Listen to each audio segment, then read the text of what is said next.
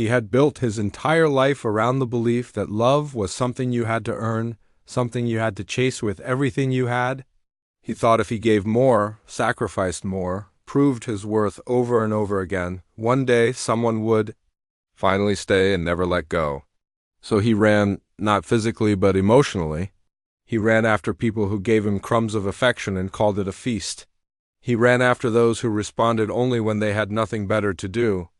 He ran after moments that seemed full of promise but left him emptier than before. He became the dependable one, the one who remembered every important date, who stayed up until 3 a.m. listening to problems that weren't his to solve, who showed up even when no one else did. His own needs and dreams were always pushed to the background, locked away like they didn't matter. Somewhere deep inside, he believed that if he could just be the perfect friend, the perfect partner, the perfect listener, someone would finally see his worth and choose him for life. But the truth was, he was giving pieces of himself to people who couldn't hold them, or worse, didn't want to. He was pouring out love without ever getting enough in return to refill his heart. The cycle repeated itself over and over again. Meet someone, give everything, watch them drift away, blame himself, and try harder the next time. It was exhausting, yet he didn't know another way to live. He had mistaken chasing for love, effort, for connection, and self-sacrifice for loyalty, and the cruelest part was, with each person who left, he didn't just lose them, he lost another piece of himself. He barely recognized the man in the mirror anymore. His smile was still there, but it felt like a mask. His laughter came out of habit, not joy. Inside, he was tired. Tired of running after people who never looked back. Tired of trying to prove to others that he was worth staying for. Tired of being in a race he never signed up for but somehow could never stop running. One morning, he opened his eyes to an unusual stillness. There was no vibration of a new message, no glow from his phone screen pulling him into someone else's world, no rush of anticipation that maybe today someone would come back. It was quiet, too quiet, yet it felt different from loneliness. It was a silence that seemed to invite him to listen. In that silence, a small voice in his mind whispered, almost cautiously, "What if you stopped chasing?" The thought startled him. Chasing was all he knew. Without it, he wasn't sure who he would be or what would be left. But the whisper stayed, and the more he sat with it, the more it felt like truth instead of fear. He decided, for the first time in years, to resist the urge to reach out first.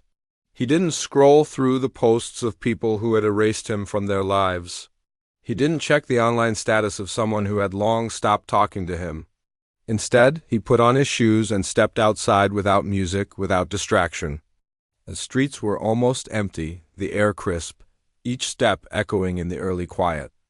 It felt strange at first to be moving without chasing, but with every step his mind began to clear. Without the noise of other people's demands and expectations, he could finally hear himself, the real voice, not the one he used to please. Others, that voice was steady, grounded, and it told him truths he had been too busy to hear. You are not unworthy. You are just tired of giving to the wrong people. You are not broken. You are simply in need of your own care. You have been running in circles when you could have been standing still in your own light. That night, instead of composing another long message to someone who might not even read it, he wrote something for himself. He filled a page with the things he wanted to reclaim.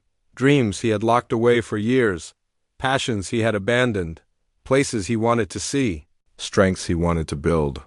He wrote about the kind of life he wanted to live, one where his happiness wasn't hanging on the thread of someone else's presence.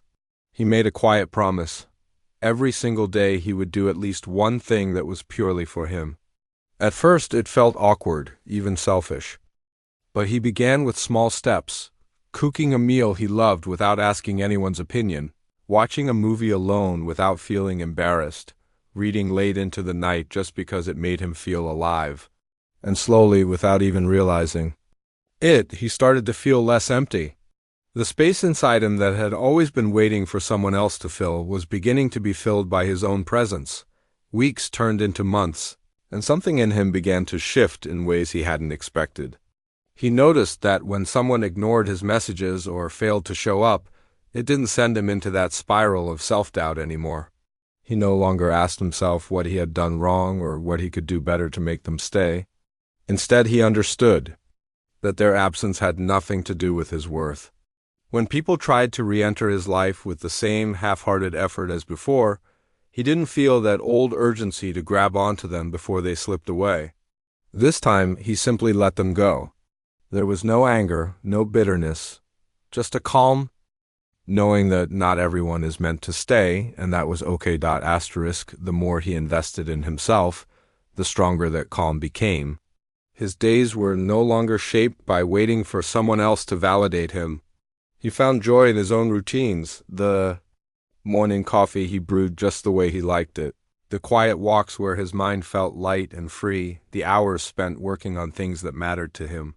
He realized he had become the kind of person he used to wish for, someone dependable, caring, and full of life, and the best part was he had become it for himself. His energy shifted and people noticed. He wasn't chasing anymore, and strangely, that made others want to be closer. But now he was selective. He didn't open his door to anyone who knocked. He let in only those who came with respect, effort, and honesty. Then one day, someone new appeared. There was laughter, ease, and an unforced connection. But unlike before, he didn't lose himself in the rush of it. He didn't bend his life to fit theirs or fear that without them, he would fall apart. Because he knew he had built something inside himself that no one could take away. If this person stayed, it would be a beautiful addition to his life. If they left, his life would still be beautiful. The day he stopped chasing love wasn't the day he gave up on it. It was the day he discovered the most important love of all, the love he gave himself. And in that discovery, he understood that self-love wasn't a replacement for relationships, but the foundation of them. He had finally come home to himself, and that was a home he would never abandon again.